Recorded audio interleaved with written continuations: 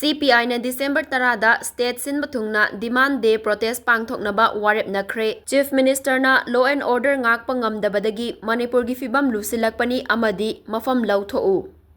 Manipur da oirakliba tangdu leitadaba fibam hanadagi hena lusilakpa helakliba asi Lengak chupli pairiba BJP gi Chief Minister N Biren Singhana law and order ngakpa ngamdabadagi thokhalakpani maramaduna Chief Minister mafam lauthokadabani haina Manipur State Council CPI gi Gerald amana party asigi National Council gi mifamda taksin khre hairi Gerald asina hai haukiba November gi chaising 19 dagi 30 fauba New Delhi gi Ajay Bhavanda pangthokhiba CPI gi National Council mifamna leibak asida oirakliba senmitlon gi fibam communal oiba thodok wathok toirakpa Tha 19 helaklaba Manipur gi irang athubada loisinaba Prime Minister Narendra Modi amasung Home Minister Amit Sahana pukchel sengna hotnadabagi matangda macha khaina khanaraba matungda tha asige tarada state sinma thungbada demand day protest pangthoknaba Warepnakhre hairi malem gi laiba kayada World Human Rights Day gi thoram pak sana pangthoknagadaba December 10 asida CPI na state sinma thungbada demand day protest pangthokadoriba asida laibak wathok oiraba industrialist Gautam Adani gi mathakta Joint Parliamentary Committee bu thijilhan